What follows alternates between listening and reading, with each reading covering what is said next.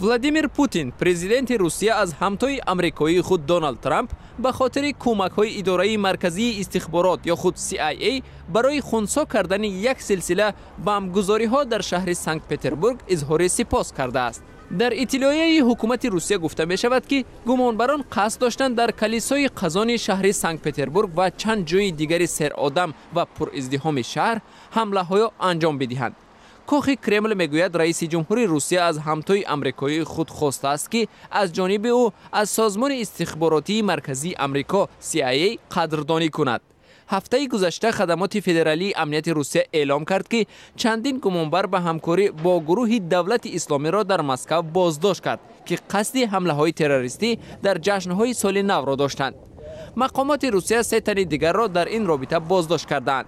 مقامات روسیه هویت آنها را اعلان کرده و میگویند که آنها شامل اومارگاجیف از داغستان، علیسخان اسمورزیف از انگوشستان و فیروز کلاوروف از تاجیکستان میباشند.